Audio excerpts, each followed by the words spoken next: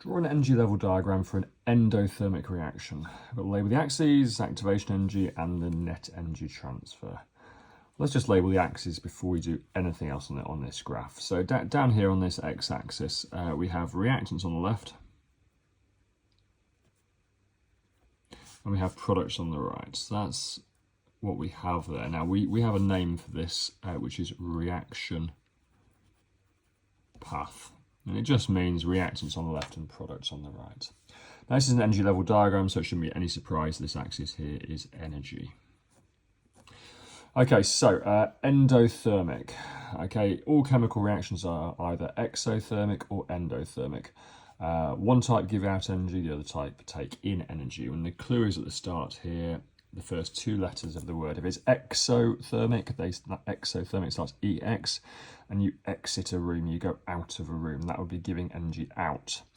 If you enter a room, you EN, you enter the room, it's an endothermic reaction, energy goes in.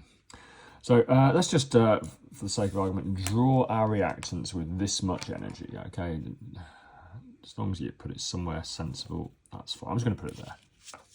Okay. And we're going to put energy in. Now, if this happened to be, this axis here happened to be the value of my bank account, shall we say, when I get paid, money goes in, the value of my bank account goes up.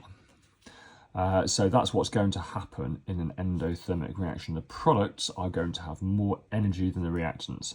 So wherever we've drawn the reactants, it doesn't matter so long as the products have more energy. Okay, right now. Again, obviously, if there's values of energy in the questions, values on the axis over here, it does matter, but this is just a sketch. So long as the products have more energy than the reactants for an endothermic reaction, that's fine. If it were exothermic, the products would have to have less energy, but this is endothermic. Right, now we've done that, the first thing that happens in any chemical reaction is bonds are broken. So if I've got this pen and I want to break it, I'd have to put energy in to do that. To break bonds, we have to put energy in, and as we've just said, energy in means an increase. So the first thing that has to happen is the bonds have to be broken, so we have to increase the amount of energy. So we're heading towards the reactants, we're going through the reaction. The first thing that has to happen is bond breaking. Okay, now we've broken all the bonds, we've got all the atoms not joined to each other, and that doesn't exist for anything more than the most fleeting fraction of a second. After that, new bonds are made, and bond making gives out energy. So now we've broken all the bonds, we have to give out energy to come down. So now we've got our energy level diagram drawn. Now all that's left to do is to label it. Now the activation energy, that's the energy needed to start the reaction. That is equal, that's exactly the same as the bond breaking energy. So we're going to need an arrow from the top of this curve here, the peak of the curve. So if you like to exactly the same level as where we start. I'm just going to dot across there so you can see it's going to the same level.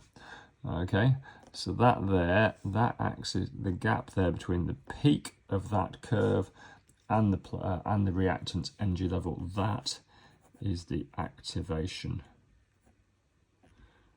energy, which I've actually just written in a bit of a daft place, but never mind, that's fine. Activation energy.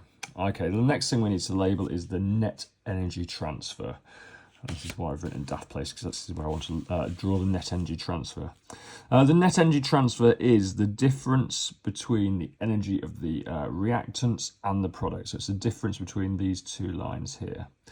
We just need to, I'm just going to dot that line along a little bit further, and I have a feeling I'm going to get in the way of my other label.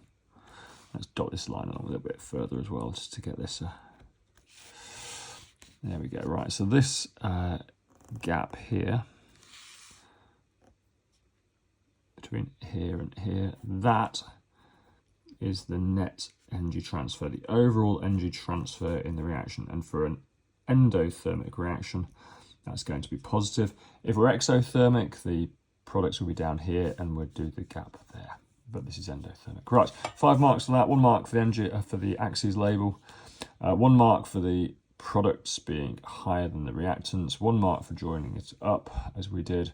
1 mark for the activation energy label, 1 mark for the net energy transfer label.